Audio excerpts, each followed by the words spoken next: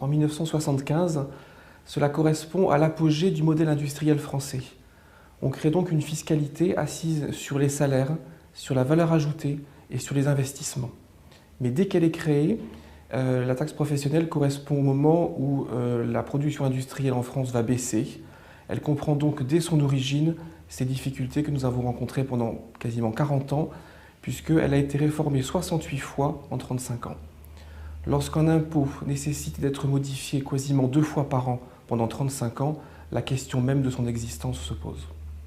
La deuxième raison qui a prévalu à la disparition de la taxe professionnelle provenait du fait que l'État était devenu le premier contribuable de la taxe professionnelle. Il en payait plus de 40%.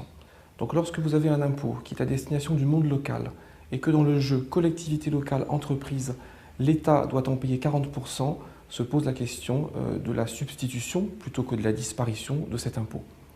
C'est ce qui a été décidé en 2009 et mis en place en 2010, où on a substitué à la taxe professionnelle une imposition qui est assise sur le foncier des entreprises, c'est la cotisation foncière entreprise, sur la valeur ajoutée des entreprises, plus une imposition sur les entreprises de réseau. La grosse nouveauté vient du fait que ce qui a remplacé la taxe professionnelle est perçu au niveau national et ensuite redistribué dans les collectivités locales. Donc, pour cette imposition liée au monde de l'entreprise, les collectivités locales ne maîtrisent plus le taux de la taxe professionnelle et c'est l'État qui le redistribue chaque année. Cette réforme profonde a eu un coût très important pour les finances publiques, en première année de l'ordre de 7 milliards d'euros.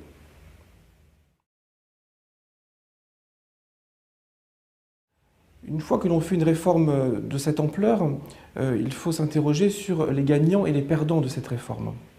Les premiers gagnants de cette réforme sont les entreprises industrielles de main-d'œuvre plutôt petites et moyennes. Deuxième grand gagnant de cette réforme, du côté des collectivités locales, c'est le bloc communal, c'est-à-dire l'ensemble constitué par les communes et les intercommunalités. Les deux perdants essentiels de cette réforme sont les entreprises qui préalablement étaient peu imposées sous l'ancienne taxe professionnelle, c'est-à-dire essentiellement les entreprises du milieu bancaire et du milieu des transports. Ça, c'est pour les entreprises. Et pour les collectivités locales, le grand perdant, ce sont les régions, puisqu'elles ne disposent plus aujourd'hui d'aucun pouvoir fiscal direct. Eh bien aujourd'hui, on a des collectivités locales qui ont un très faible pouvoir fiscal, en tout cas bien moindre qu'au début de la décentralisation. Les régions ne l'ont plus, les départements en bénéficient encore pour la taxe sur le foncier bâti, c'est-à-dire lorsque vous construisez un bâtiment, qu'il soit d'habitation, qu'il soit pour une entreprise, et le bloc communal en bénéficie encore pour ce qu'on appelle la taxe d'habitation, c'est-à-dire lorsque vous résidez sur un endroit.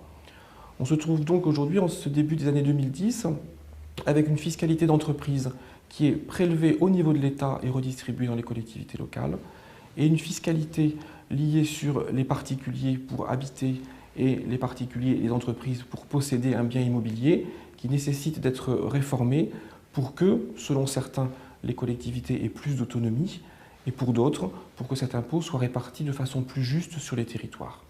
Et ça serait donc la conclusion. Un bon impôt est un impôt qui est juste, qui est un impôt qui est accepté et qui est un impôt lisible.